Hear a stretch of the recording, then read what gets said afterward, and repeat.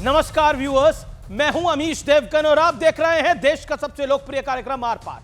2025 में बिहार और दिल्ली में चुनाव की अग्नि परीक्षा है और दोनों ही राज्यों में अब राजनीति का एक बड़ा पॉलिटिकल खेला शुरू हो गया है।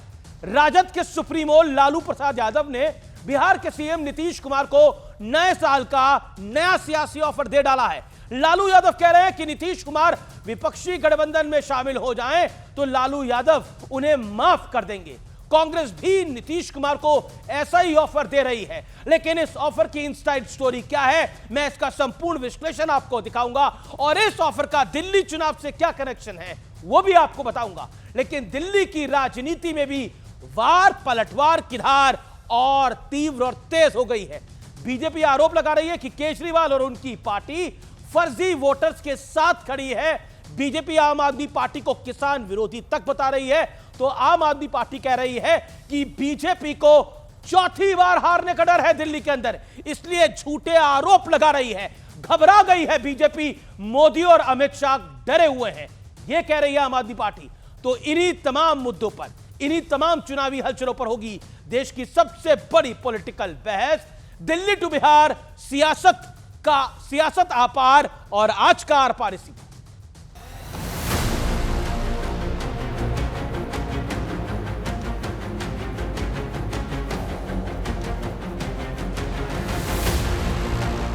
नए साल में पहला सियासी ऑफर आ गया है। इस साल के अंत में बिहार में चुनाव होना है, इसलिए लालू यादव ने वहां के मुख्यमंत्री नीतीश कुमार को एक बड़ा ऑफर दिया है।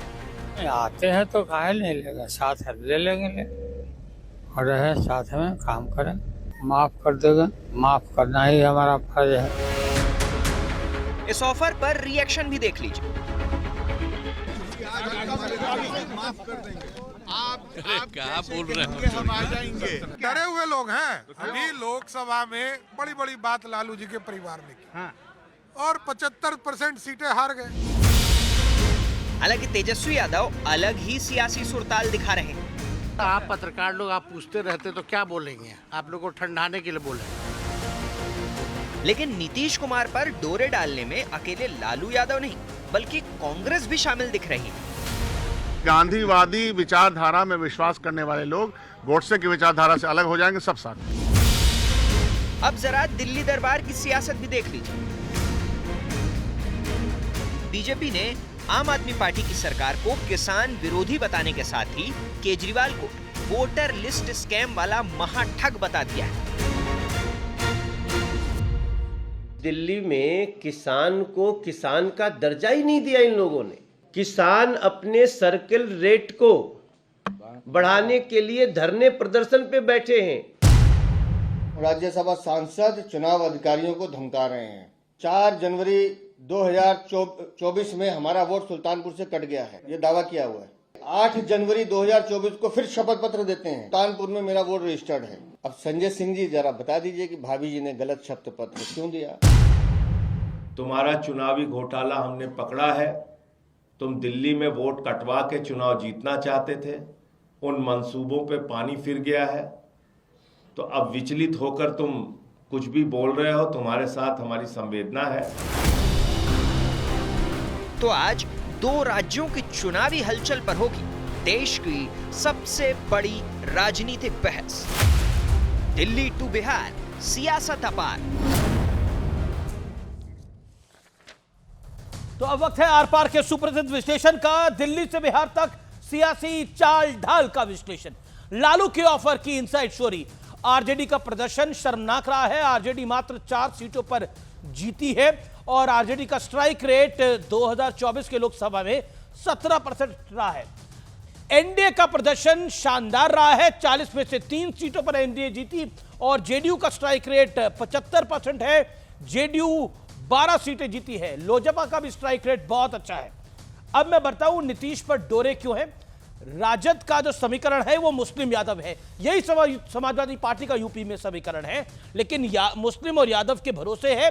लेकिन नीतीश के साथ आने से कुशवा, कुर्मी, पिछड़ा, दलित के साथ महिला वोट बैंक बड़े रूप से जुड़ता है, तो उसका फायदा लेना चाहते हैं। लेकिन दिल्ली दरबार का हाल क्या है? आप 2013 में देखिए, कांग्रेस 24% से ज्यादा वोट लेके आई, आम आदमी पार्टी 29.5% वोट लेके आई, बीजेपी का वोट शेयर 33 था। बीजेपी का वोट शेयर इंटैक्ट रहता है 2015 में भी, लेकिन कांग्रेस का वोट शेयर में ड्रास्टिक फॉल आ जाता है। यानी कांग्रेस ढहती है तो सीधा फायदा आम आदमी पार्टी को मिलता है। 54%, यानी जो मुसलमान वोट है दिल्ली का, वो निर्धारित वोट है, और अधिकतर सीटों पर मुसलमान, यानी 35 से ज्यादा सीटों पर मुसलमान का एक अच्छा वोट शेयर है। इसी वजह से क्या आम आदमी पार्टी बार बार सत्ता में आ रही है, बार बार बीजेपी ये कहती है, लेकिन आम आदमी पार्टी का कंसिस्टेंट वोट शेयर है 54% और बीजेपी का वही 33-32%। लेकिन 2020 का बहुत महत्वपूर्ण चुनाव है। यहां कांग्रेस पहली बार इतिहास में दिल्ली में, जहां उसने इतने वर्ष राज किया, 5% से नीचे आती है, और उसके बाद आम आदमी पार्टी एक बड़ा पॉलिटिकल कॉम्प्रोमाइज भी करती है कांग्रेस के साथ, और कांग्रेस भी बड़ा पॉलिटिकल कॉम्प्रोमाइज करती है 24 के लोकसभा चुनाव में, लेकिन साथ आके भी कुछ नहीं कर पाते। लेकिन आम आदमी का वोट शेयर वही 53-54%, लेकिन बीजेपी अपना वोट शेयर बढ़ाती है, यानी यहां पर 38% से ऊपर बीजेपी अपना वोट शेयर मेंटेन करती है। और यह कहानी अगर दिल्ली में बदल जाती है इस बार, तो फिर आपके लिए खतरा है। लेकिन मुसलमान वोट यहां पर एक मजबूत है, वो एक मुश्त आपको जाता रहा है अभी तक। लेकिन 2020 का चुनाव 38 सीटों पर आप और बीजेपी के बीच हार का अंतर 2000 से 20,000 के बीच में था। कांग्रेस के वोट शेयर में अगर सुधार हुआ तो बीजेपी को फायदा मुमकिन है। बड़ा सवाल क्या है? बड़ा सवाल यह है कि 2025 के सियासी चुनाव में रेवड़ी बांटने से लेकर पाला बदलने जैसे ऑफर लगातार दिए जा रहे हैं। कल प्रधानमंत्री की महत्वपूर्ण रैली भी है, तो उसमें भी नजर आएगी। Doctor Sudhanshu Trivedi, member of parliament, Rajya Sabha member of parliament, मेरे को ज्वाइन कर रहे हैं, स्पोक्स पर्सन भी है भारतीय जनता पार्टी के। मेरे साथ प्रियंका कक्कड़ हैं। प्रियंका कक्कड़ आम आदमी पार्टी की नेता हैं, प्रवक्ता हैं, और इस समय मीडिया उनका देख रही है। मेरे साथ प्रोफेसर अनवर पाशा हैं, उनका अभिनंदन है, राजद के प्रवक्ता है और वरिष्ठ नेता हैं उनके।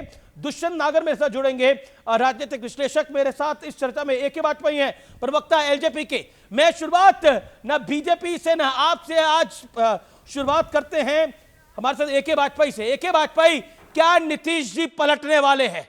वो दिल्ली चुनाव का इंतजार कर रहे हैं। आम आदमी पार्टी कह रही है कि दिल्ली में जैसे ही भाजपा आ रहेगी, नीतीश जी कांग्रेस की तरफ आ जाएंगे। देखिए, ये तो राजद वाले लोग चर्चाओं को गर्म कर रहे हैं, लेकिन हकीकत में ये है कि एनडीए तो इंटैक्ट है। नीतीश बाबू मुख्यमंत्री बने हुए हैं, उनके नेतृत्व में आने वाला चुनाव भी होना है। हमें तो कहीं से किसी कोने से कोई ऐसी बात नजर नहीं आती जो बाजार चल रहा है, ट्रैक रिकॉर्ड ऐसा है ना। लेकिन हकीकत ट्रैक रिकॉर्ड देखिए, परिस्थितियों में क्या हुआ क्या नहीं हुआ, आप भविष्य की बात करेंगे, पास्ट की बात नहीं करेंगे। वो हर साल बाकायदा उनकी पार्टी के नया जैसे ही साल, जैसे ही कैलेंडर पलटा, वैसे लगा नीतीश जी भी पलट जाएंगे, वैसे ही ऑफर आ गया लालू जी का। नहीं, मेरा आकलन, मैं इस आकलन से सहमत नहीं हूं, क्योंकि परिस्थितियों में कोई बदलाव नहीं है। नीतीश बाबू ने पूरी सम्मति से, नायडू जी ने, चिराग पासवान जी ने, हम सब लोगों ने मोदी जी को नेतृत्व दिया है प्रधानमंत्री का, और एनडीए ने, सब घटकों दलों ने बड़े इंटैक्ट होकर कहा है कि नीतीश जी के नेतृत्व में हम लोग चुनाव लड़ेंगे आने वाला विधानसभा का। तो जी, दिक्कत है। लेकिन आरजेडी के सूत्र ये कह रहे हैं अनवर पाशा कि नीतीश आने वाले 2 महीनों में कोई बड़ा फैसला लेंगे। क्या बड़ा फैसला है वो? अमिश जी, बिहार की जो स्थिति है, सब उससे आज वाकिफ हैं कि बिहार में एक अराजकता है। बिहार में कोई सरकार इस समय नहीं है। कोई सरकार बिहार में सड़कों पर छात्र पीटे जा रहे हैं, उन पर लाठियां चलाई जा रही हैं, युवाओं को रोजगार नहीं मिल रहा है।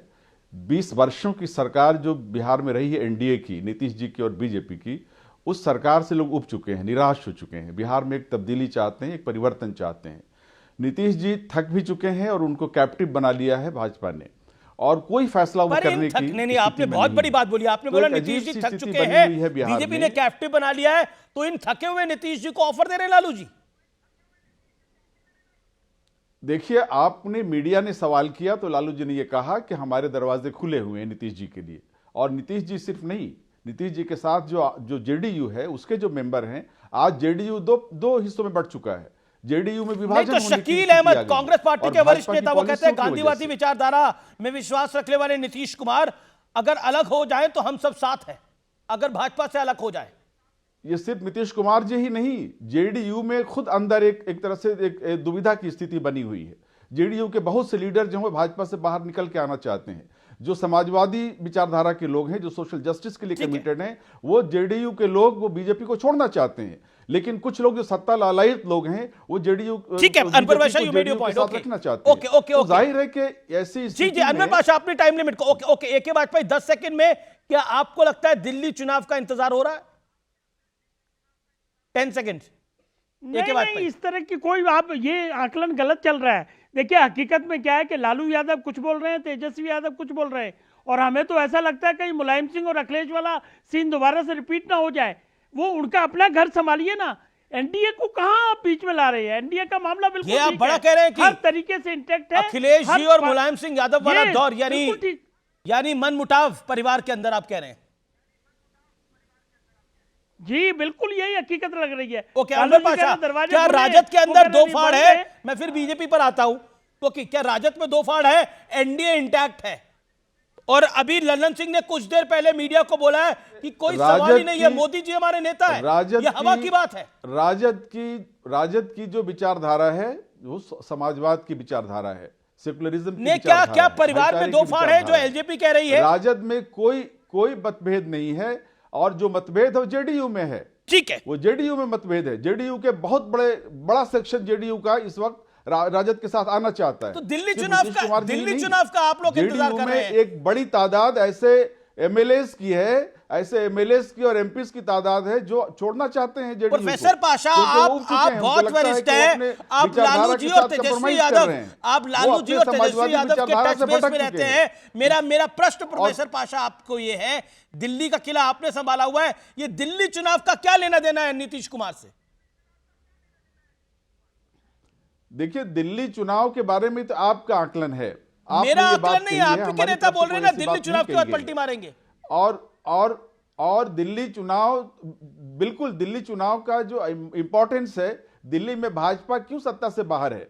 क्योंकि जनता की जो आशाएं उसको पूरी करने में नाकाम रही है। ठीक है, मैं वापस आता हूं आपके पास। कई बार सत्ता में रही बीजेपी पास में, सब लोग लेकिन आज वो दिल्ली सत्ता चुनाव से का बाहर इंतजार कर रहे हैं, और इस बार कहा फिर सत्ता दिल्ली से बाहर चुनाव में होगी। भाजपा हारेगी तो गेम पलट देंगे पूरा। दिल्ली की जनता ओके ओके, ऐसे ही महाराष्ट्र में भी इंतजार था, से अलग करेगी। Okay okay, you made your point professor Pasha. इस इलेक्शन में ये प्रोफेसर पाशा, अब आपने बोला, अब अपनी बात को विराम दीजिए। डॉक्टर सुधांशु त्रिवेदी वो लगातार वेट कर रहे हैं।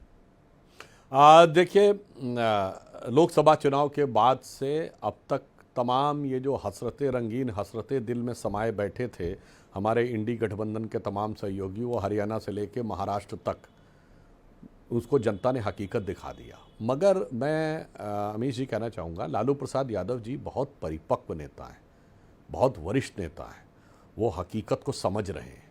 जो इन्होंने कहा ना कि नीतीश जी थके नहीं, लालू यादव जी थक गए हैं, और अब उन्हें समझ में आ रहा है कि मैं अपने बेटे बेटियों को सेट नहीं कर पाया, पूरे परिवार के हर व्यक्ति को उतार लिया।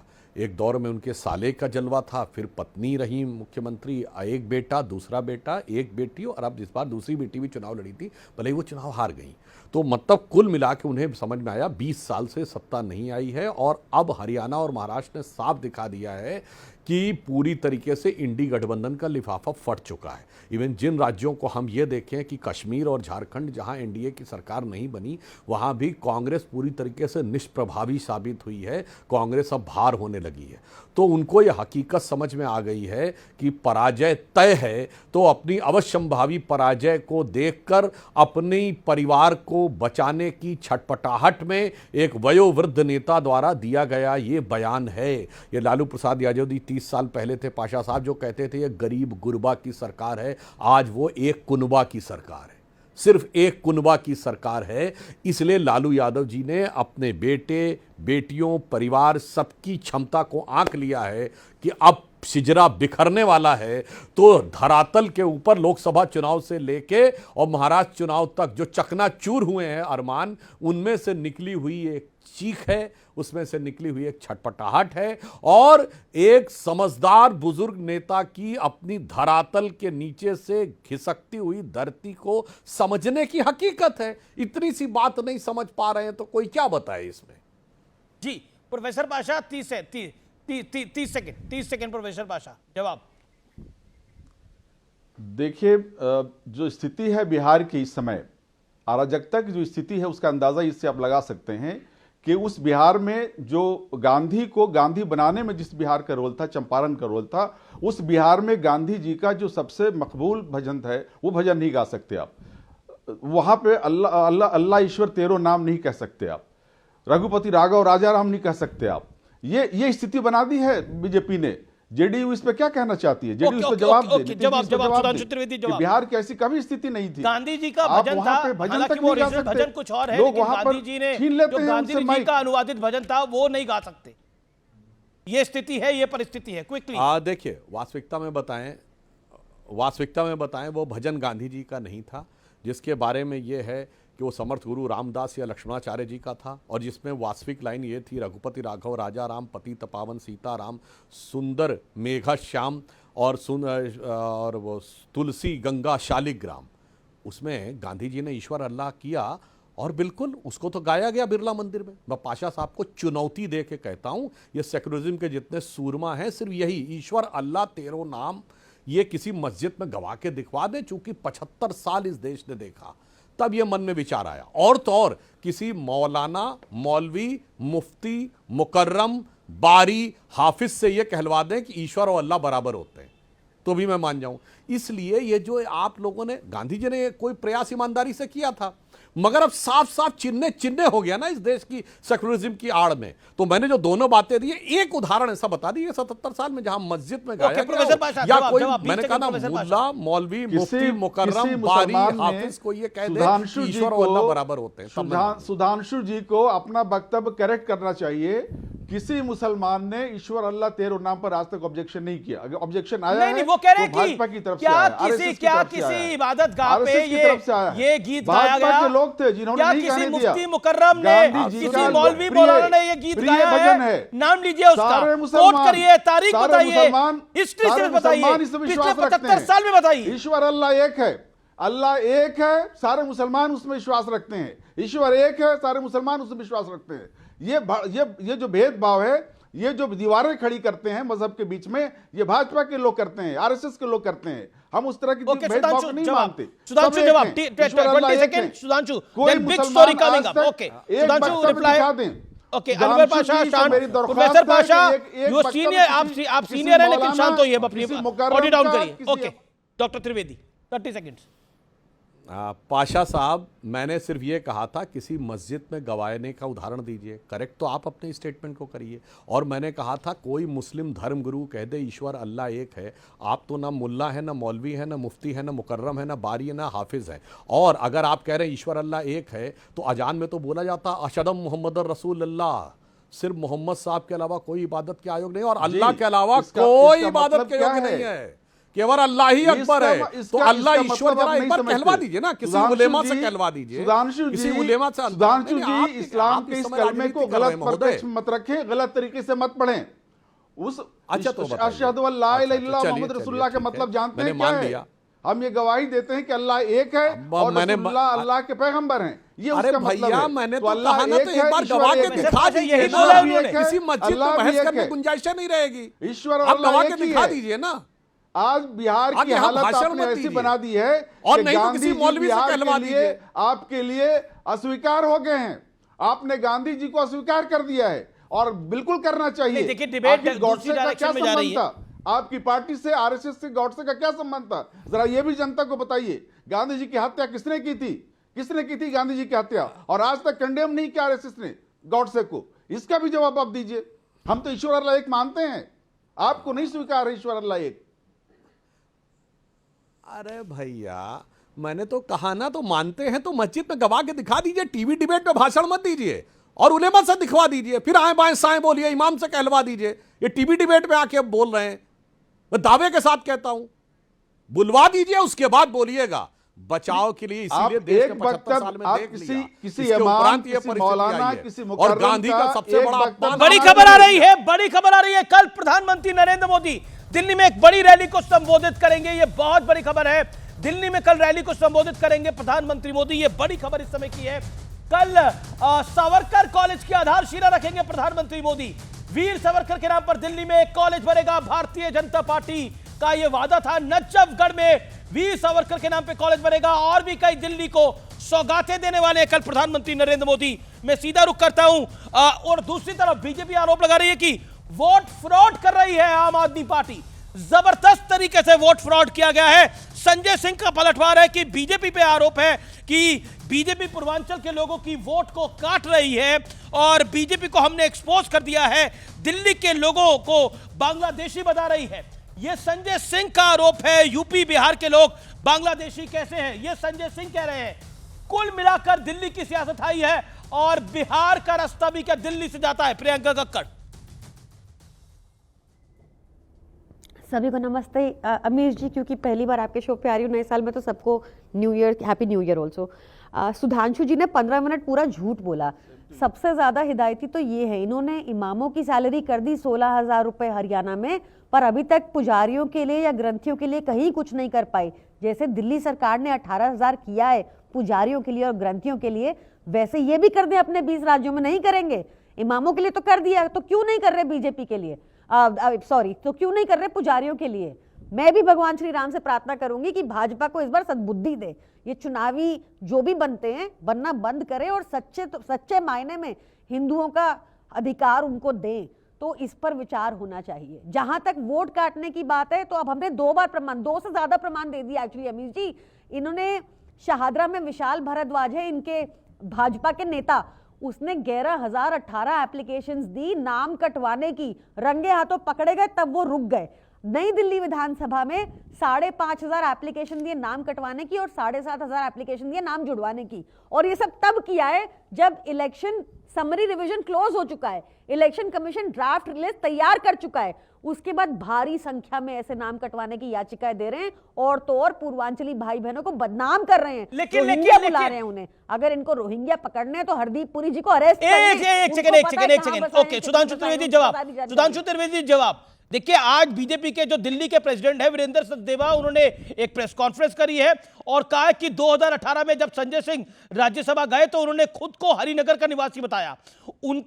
उस समय उनका नाम सुल्तानपुर वोटर लिस्ट में भी दर्ज था, यानी एक टाइम पर 2 जगह के वोटर थे। उसके बाद संजय सिंह नई दिल्ली विधानसभा के वोटर बनते हैं, उनको बनवाया जाता है। इस बार नई दिल्ली वोटर लिस्ट में उनकी पत्नी का नाम भी दर्ज करा जाता है। यह मैं 2018 में बता रहा हूं, 2-3 बार जो हुआ।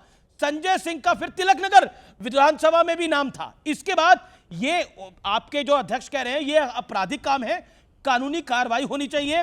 और वो अपनी पत्नी का 4 जनवरी 2024 का नाम कटने का दावा करते हैं और 8 जनवरी 2024 को हलफनामा देकर कहते हैं कि वो सुल्तानपुर की वोटर है। ये कहानी बहुत इंटरेस्टिंग है अपने आप।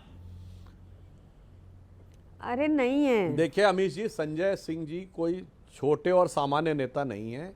वो आम आदमी पार्टी के संसद में नेता संसदीय दल है और जो उनका आचरण दिख रहा है कि एक बार इधर के वोटर दूसरी बार दूसरे के वोटर, उसमें कुछ नया नहीं है अमीश जी। ये तो आम आदमी पार्टी की फितरत है। कभी इस तरफ, कभी तोला, कभी माशा, कभी रत्ती, कभी तोला, कभी इधर कभी उधर। वो तो ट्विस्टिंग समरसॉल्ट लेते हुए जैसे ओलंपिक के जिम्नास्ट होते हैं, मुद्दों से लेके किसी भी विचार के ऊपर पलटते रहना उनकी सहज स्वाभाविक सी परिस्थिति है। इसमें कहीं कोई किंतु परंतु की बात नहीं है। और आम आदमी पार्टी तो वो बेहतरीन पार्टी है जिसके सर्वोच्च पद पर बैठे हुए लोग, मुख्यमंत्री केजरीवाल जी, उप मुख्यमंत्री थे मनीष सिसोदिया जी और नेता सदन संजय सिंह जी, तीनों शराब घोटाले में जेल जा चुके हैं। आप सोचिए, ऐसा आपको कोई उदाहरण नहीं मिलेगा जिसमें leader of the house, deputy leader of the house and leader of the house in parliament, यानी leader of the house in assembly और leader of the house in parliament सब जेल की हवा खा चुके हों। तो मुझे लगता है उन चीजों से बचने के लिए जो बात कर रहे हैं, और मैं कहना चाहता हूं बहुत साफ, घुसपैठियों को किसी प्रकार से प्रोटेक्ट करके वोटर बनाने की जो चाल है, ये इंडी गठबंधन के सभी दलों की सहज स्वाभाविक चाल है। क्योंकि इनको लगता है कि घुसपैठिए इनको सबसे ज़्यादा वोट देते हैं, इसलिए ये पूर्वांचलियों के नाम के ऊपर जो तिनके की ओट में पहाड़ छुपाने की कोशिश कर रहे हैं, वो मैं सब प्रमाण देता हूँ। अमीश जी, हाल के लोकसभा चुनाव में, जो पिछले लोकसभा चुनाव थे 2024 में, भारत में सबसे बड़े अंतर से कौन सी लोकसभा सीट जीती गई है? असम की धुबरी सीट जीती गई है, जहां कांग्रेस के रकीबुल हसन 10,25,000 से जीते हैं, जो भारत के इतिहास की सबसे बड़ी विक्ट्री है। और यह धुबरी सीट वो है जिसे असम में मिनी बांग्लादेश कहा जाता है, जहां 90% के लगभग मुस्लिम हैं और जिसमें मेजॉरिटी बांग्लादेशी घुसपैठी हैं। बस इतना काफी है ये बताने के लिए कि घुसपैठिए किसके दिल में है और किसके लिए राष्ट्रहित दिल में है। लेकिन वो उदाहरण और एक इनके जगह पर मनीष सिसोदिया जी ओपनली बोल चुके थे शाहीन बाग इनके दिल में है। प्रियंका एक घर में जब 60 80 वोट निकल के आ आप रहे ही हो के प्रोग्राम में बोला था, आपको लगता नहीं है ये न्यूज़ वोटर 18 के प्रोग्राम में बोला था मनीष सिसोदिया ने कि शाहीन बाग मेरे दिल में है जी, और ये वोटर फ्रॉड नहीं है। और संजय सिंह जी जो कि मेंबर ऑफ पार्लियामेंट है, वो आखिरकार वोटर कहां के हैं? कभी वो सुल्तानपुर के वोटर हो जाते हैं, कभी वो नई दिल्ली के हो जाते हैं, कभी वो तिलक नगर के हो जाते हैं। मामला क्या है? मैं जवाब और एक घर में 60 वोटर कैसे हो सकते हैं जो उधर लोग रहते ही नहीं है? जो लोग रहते ही नहीं है वो दिल्ली के वोटर कैसे हो सकते हैं? क्या दिल्ली के बाहर के लोगों को सिर्फ वोट करने के लिए यहां पर 3 दिन के लिए बुलाया जाता है क्या? यह बहुत बड़ा आरोप है और यही वोटर फ्रॉड है जो हो रहा था, जिसे रोका गया है। अब दिल्ली पुलिस भी कह रही है कि कार्रवाई होगी इस पे। भाजपा, अरे सुन तो लीजिए, भाजपा ने, दिल्ली पुलिस ने क्या बोला कि बांग्लादेशियों के साथ आम आदमी पार्टी का कोई कनेक्शन नहीं है। मैं बता रही हूं, हरदीप पुरी जी को अरेस्ट करो, सारा मसला खत्म हो जाएगा। उनको पता है रोहिंग्या कहां बसा है। और मैं आपको बता रही हूं, ये लार्ज स्केल डिलीशन जो करा रही है, ये भाजपा करा रही है, क्योंकि इनको अपनी हार दिख रही है। या तो परवेश वर्मा के थ्रू काला धन बंटवा रही है या इन हरकतों पे उतारू हुए। एक घर में मैं Priyanka with all due respect, एक घर में 60 वोटर कैसे हो सकते हैं? एक घर में 60 वोटर कैसे हो सकते हैं? ये वोटर फ्रॉड नहीं है तो क्या है? हाँ, एक घर में 60 वोटर, अरे भाई जो रहते ही नहीं है उधर। आप काटो पर ये क्या कर, सुनिए, विशाल भारद्वाज भाजपा का नेता 11,018 भाजपा का हो, कांग्रेस का हो, लेकिन वोटर फ्रॉड हो रहा है तो क्यों नहीं रोका जाएगा? मैं आपको नाम बता रही हूं। अरे आप सुनिए तो मेरी बात। आपने संजय सिंह जी का मुद्दा उठाया, मुझे जवाब देने दीजिए उस पे। सबसे पहले संजय सिंह जी सुल्तानपुर के वोटर थे, फिर वो दिल्ली शिफ्ट हुए तो उन्होंने वहां पे एप्लीकेशन डाली नाम कटाने की। दिल्ली में हरिनगर है तो वहां पे वहां के वोटर बने। फिर वो घर शिफ्ट किए, घर शिफ्ट होके वो सांसद है जहां रहते, वहां का उनका वोटर कार्ड है। इसमें इतना सेंसेशनलाइज करने वाली बात तिलक नगर के कैसे बन गए? जानबूझ के ऐसा कर रही है। इलेक्शन कमीशन की साइट पर तिलक नगर कब गए? तो इलेक्शन कमीशन की गलती है। क्या उन्होंने 2 जगह वोट डाले? क्या उन्होंने 2 जगह वोटर है? लेकिन यही तो है, यही तो मामला है। झूठे भाजपा ही है ये। अच्छा ठीक है, भाजपा झूठ बोल रही है। आपको बता रही हूं, ये झूठे भाजपा ही 2 जगह वोट डाले क्या उन्होंने? चला जाऊंगा, लेकिन सुधांशु त्रिवेदी अब देखिए, प्रियंका जी की बात का बहुत सिंपल और सीधा उत्तर है। एक तो हमारे अध्यक्ष वीरेंद्र सचदेवा जी ने साफ साफ उदाहरण दे दिया है कि 8 जनवरी को वो एक प्रकार से उनकी पत्नी या वो 2 जगह के वोटर थे।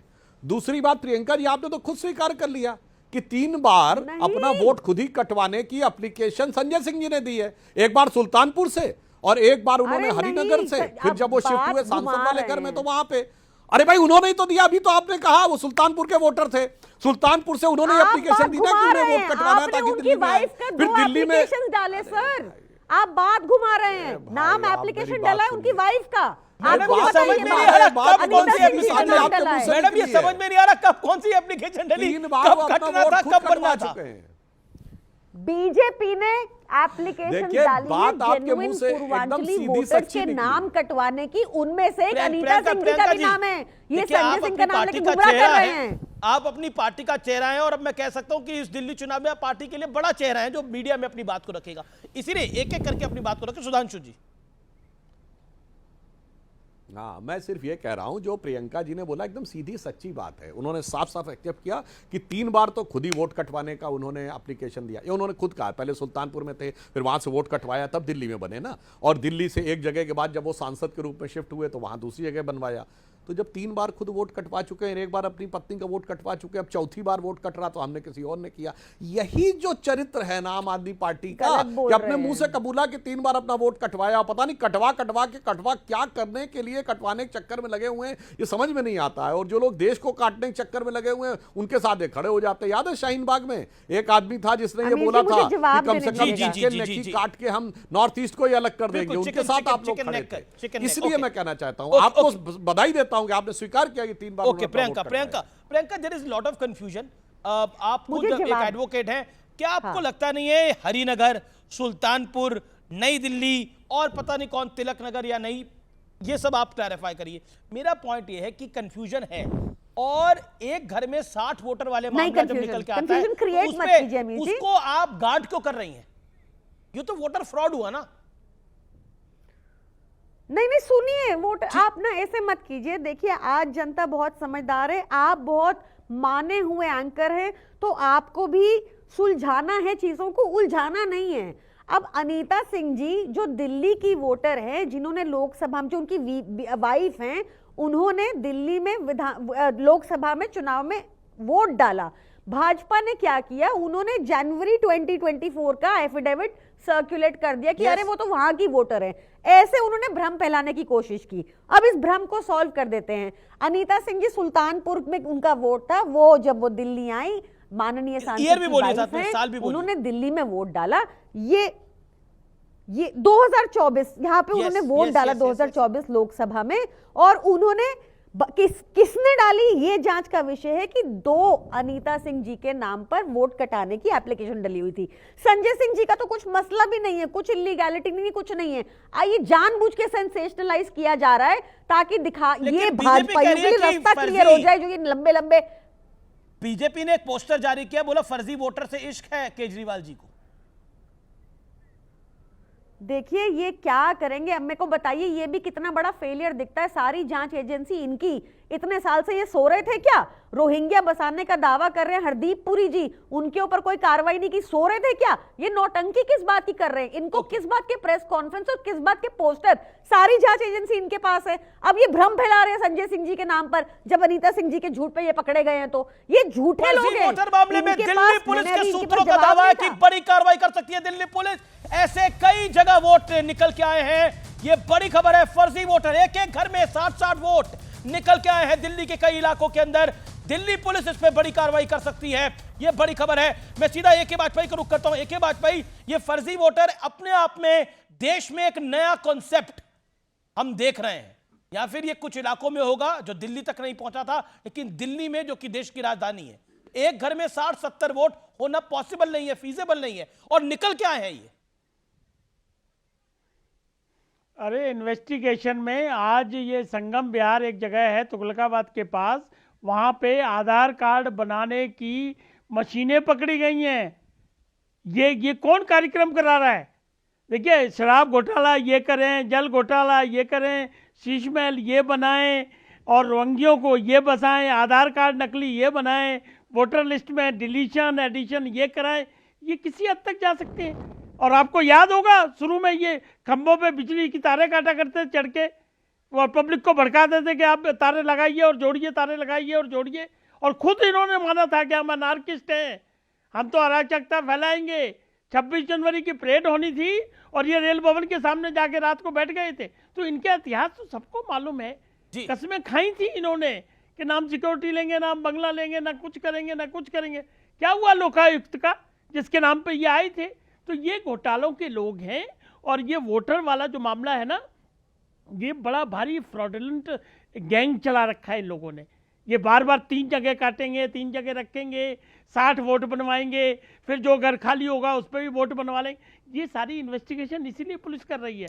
और बुरा मत मानिएगा, इनके 43 एमएलए जो हैं क्रिमिनल केस में इन्वॉल्व हैं। कौन सा इनका शीर्ष का लीडर है जो जेल में नहीं गया? ठीक है, ओके। पंजाब के भी 2 मिनिस्टर जेल में गए। प्रियंका कक्कड़, एनडीए एक साथ है, और इंडिया में कांग्रेस भी कह रही है कि ये वोटर फ्रॉड है। और अलका लांबा हो, संदीप दीक्षित हो, अजय माकन हो, कांग्रेस के और स्टारवर्ड नेता हो, तमाम लोग कह रहे हैं there is a voter fraud in Delhi. Amir ji कह तो हम भी रहे हैं, बट हम कह रहे हैं कि बीजेपी कर रही है ये फ्रॉड। बीजेपी जेन्युइन नाम कटवा रही है और पता नहीं किसके नाम ऐड करवा रही है। दोनों ही कर रही है। न्यू दिल्ली विधानसभा में इन्होंने किया, 5,500 नाम कटवाने की याचिका डाली और 7,500 नए नामों की। नए लोग कहां से आ गए? ये जांच का विषय नहीं। रोहिंग्या को हरदीप पुरी बसा रहे हैं, सार्वजनिक ट्वीट कर रहे हैं।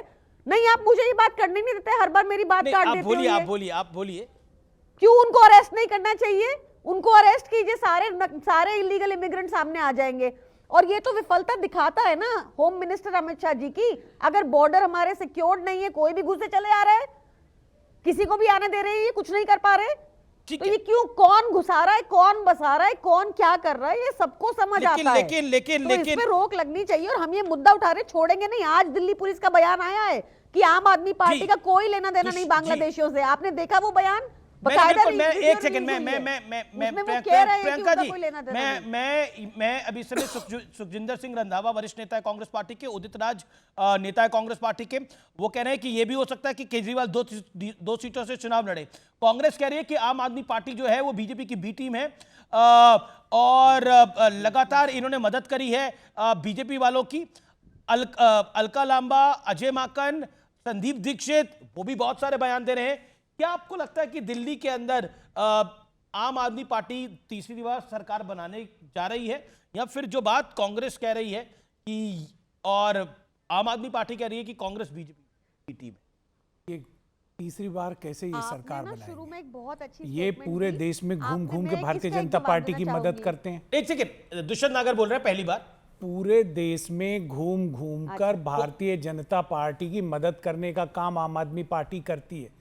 अंबेडकर साहब का फोटो लगाते हैं, गांधी जी का फोटो तो इन्होंने अब लगाना कम क्या बंदी कर दिया है। आंदोलन गांधी जी के फोटो के साथ शुरू किया।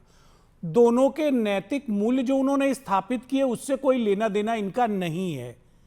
कास्ट सेंसस की बात पूरे देश में हो रही है, ओबीसी को आरक्षण बढ़ाने की बात हो रही है। भारतीय जनता पार्टी के प्रवक्ता यहां मौजूद हैं, ये तो खुल के विरोध में हैं, लेकिन आम आदमी के प्रवक्ता हैं, बहुत अच्छे लीडर हैं देश के। मैं इनसे पूछना चाहता हूं आपका स्टैंड क्या है। तो इनका स्टैंड गोल कांग्रेस दिल्ली छोड़ क्यों नहीं देती? क्यों छोड़ दे? कांग्रेस ने छोड़ के देख तो लिया। ये कांग्रेस को मिटाने के लिए पूरे देश में घूमते हैं झोला लेके।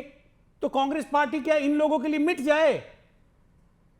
बात करते नहीं है ये किसी की, गरीब की, किसान की, मजदूर की, मुझे तो दलित की, पिछड़े की। मुझे तो आप और आ जाते हैं साथ में।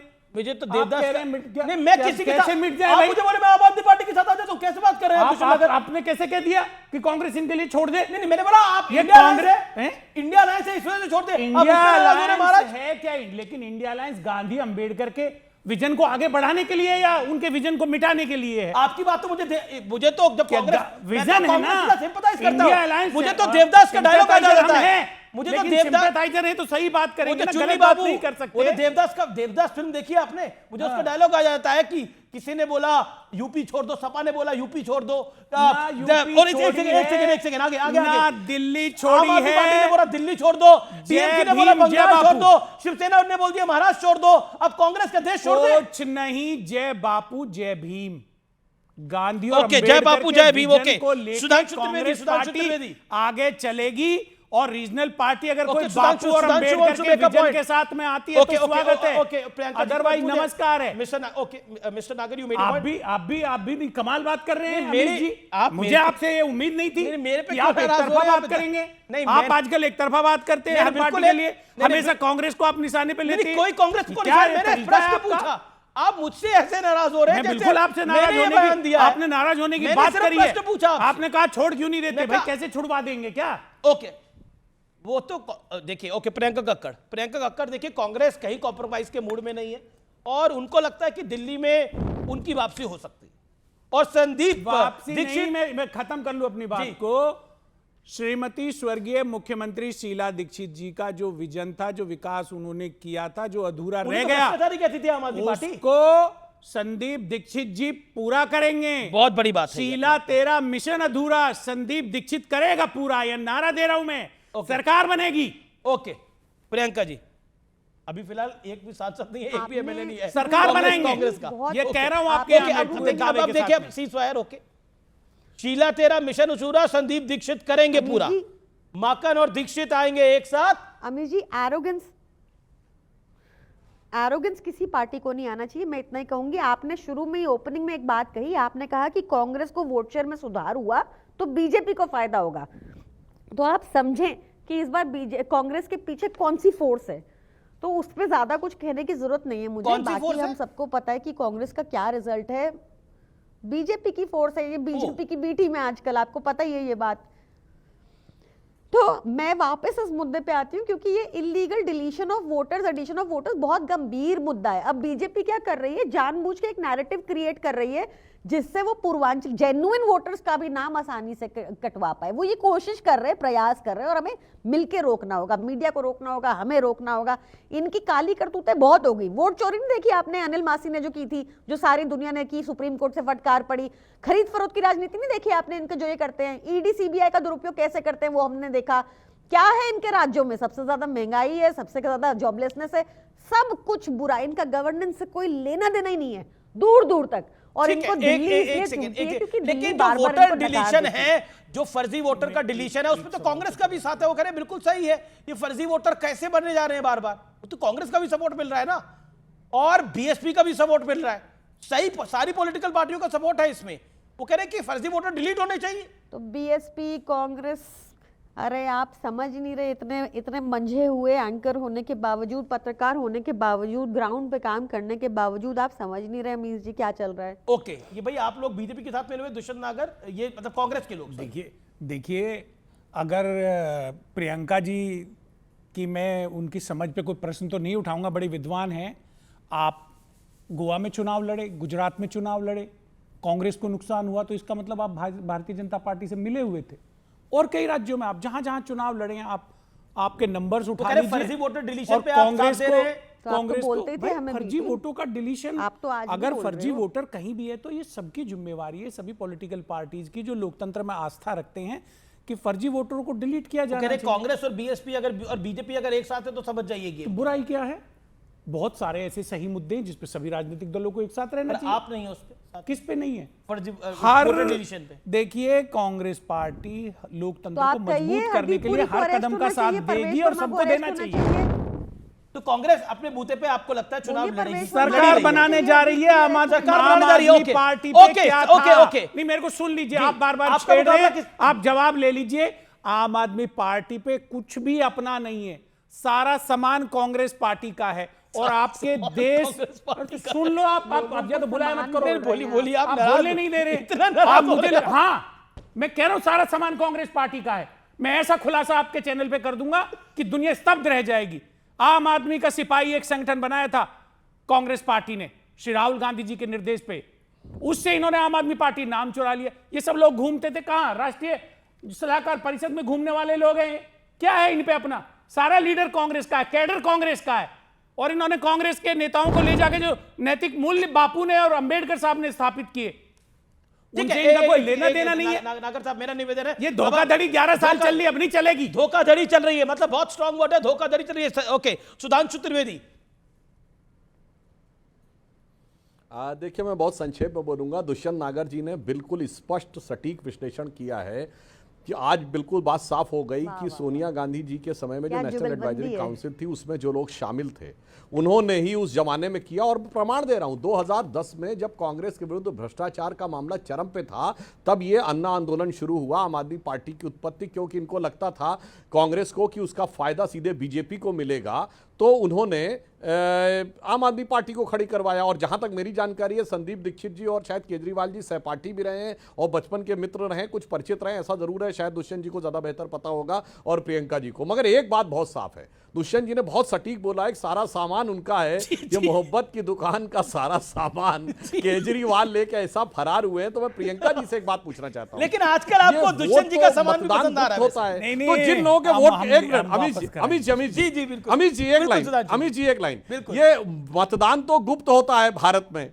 मतदान गुप्त होता है, तो प्रियंका जी जो वोट कट रहे हैं ये गुप्त चीज से प्रकट कैसे हो गया कि वो आपके वोटर हैं? ये आपको कैसे लग रहा है? ये जैसे समाजवादी पार्टी को लग रहा था कि वो वोटर जो वोट, जरा मुझे साफ साफ बता दीजिए कि आपने कैसे निष्कर्ष ड्रॉ कर दिया कि इनके वोट कट रहे हैं आम आदमी पार्टी? बीएसपी, कांग्रेस, बीजेपी कोई सवाल नहीं खड़ा कर रही जितनी आम आदमी पार्टी सवाल खड़ा कर रही है। आपको कैसे पता ये आप ही के वोटर है? ये एक पॉइंट है, मैं बता देती हूं। 20 सेकंड। देखिए, ये बीजेपी के ही किसी व्यक्ति ने आके हमें बताया था कि नीचे जाके पहले चिन्हित किया जा रहा है, उनसे पूछा जा रहा था, बाहर चिन्ह लगता था और फिर उनकी एप्लीकेशंस डली है सर, पहली चीज। दूसरी चीज, मेरे को घोर आपत्ति है कि दोनों कांग्रेस और भाजपा ने लोगों को समान बोला। यही इनका भाव है लोगों के प्रति, यही रीजन है कि आपकी पार्टी के अंदर जो है समान, उसके लिए बोला हो गए।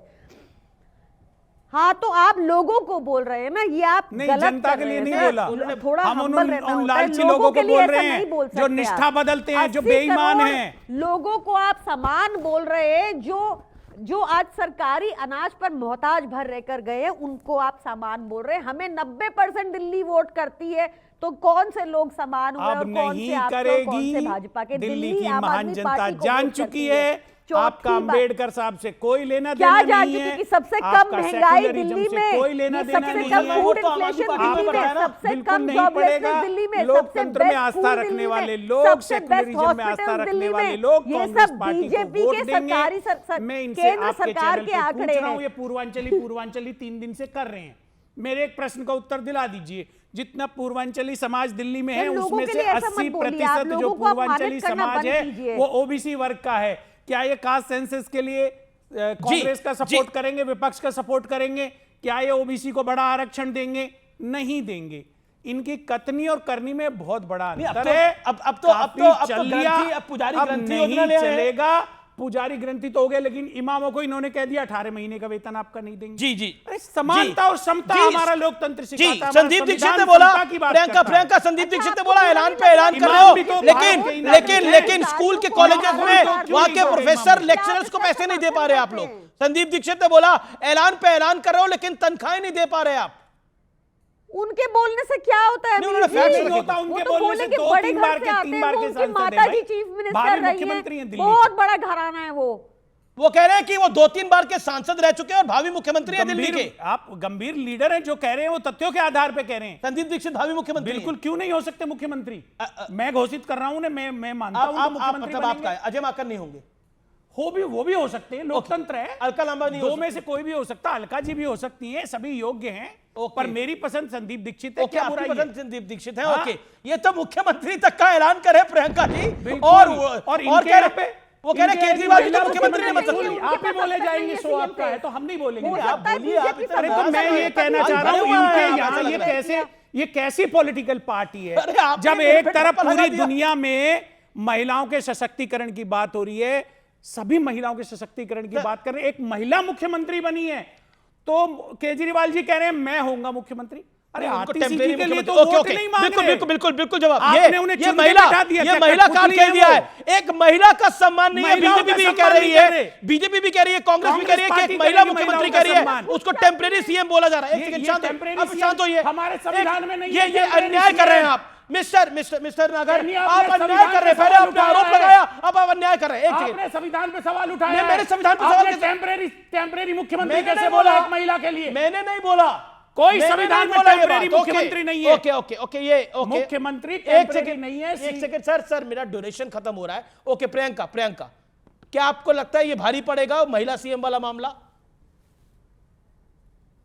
नहीं, वो महिला सीएम खुद चाहती हैं कि अरविंद केजरीवाल जी मुख्यमंत्री बने दोबारा, चौथी बार, तीसरी बार नहीं, चौथी बार। आपने 3 बार कहा, तो चौथी बार हम लोग सब यही चाहते हैं, वो उनकी भी यही ख्वाहिश है और वो भी इसी पुरजोर प्रयास में। मुझे ब्रेक के लिए रुकना पड़ेगा, मुझे ब्रेक के लिए रुकना पड़ेगा। आप देखें, एक ब्रेक ले रहा हूं, लेकिन बहुत बड़ी खबर आ रही है दिल्ली से, बहुत बड़ी खबर आ रही है और अब वक्त है सत्य और तथ्य का। साल 2025 के आगाज के साथ 2 खबरों ने दुनिया का ध्यान अपनी तरफ खींचा है। एक तरफ अमेरिका है, जहां नए साल के आगमन के साथ 3 बड़ी घटनाएं हुई। आशंका जताई जा रही है ये तीनों घटनाएं अमेरिका पे अटैक है, यानी एक्ट ऑफ टेरर है, यानी आतंकी वारदात हो सकती है।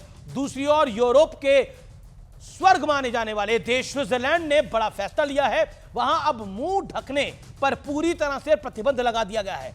इससे आप बुर्के और हिजाब पर बैन के तौर पर भी सीधे तौर पर देख सकते हैं। सबसे पहले बात अमेरिका के न्यू ऑरलीन्स की, जहां लोग नए साल के जश्न में डूबे हुए थे, सड़कों पर भीड़ थी। इसी बीच पिकअप वैन दौड़ती हुई आई और शमसुद्दीन जब्बार एक एक कर लोगों को कुचलने लगा और जब तक पुलिस उसे मार गिराती, उसने 15 लोगों की जान ले ली थी। पता चला कि वो ISIS की विचारधारा से प्रभावित शमसुद्दीन जब्बार 2020 तक अमेरिकी सेना में स्टाफ के अंदर था। दूसरी घटना लास वेगास में हुई, जहां ट्रंप इंटरनेशनल होटल के बाहर टेस्ला साइबर ट्रक में विस्फोट हो गया। ब्लास्ट में ड्राइवर समेत 7 लोगों की मृत्यु हो गई। इसके अलावा न्यूयॉर्क के नाइट क्लब में भी जोरदार गोलीबारी हुई, जिसमें 11 लोग घायल हो गए। एक तरफ अमेरिका है, जिसकी आबादी करीब 35 करोड़ है और वो खुद दुनिया की सुपर पावर अपने आप को बताता है, और दूसरी तरफ हमारा आपका भारतवर्ष है, जिसकी आबादी 140 करोड़ है और संसाधनों के मामले में अमेरिका से कई मामलों में कमतर है। लेकिन अब हम होली, दिवाली, ईद, क्रिसमस सब खुशहाली के साथ मनाते हैं। पहले त्योहारों का मतलब अघोषित कर्फ्यू होता था। 2014 से पहले बम धमाके हमारे जीवन का एक अहम हिस्सा हो गए थे, ये याद है ना आपको? लेकिन अब ऐसा नहीं है।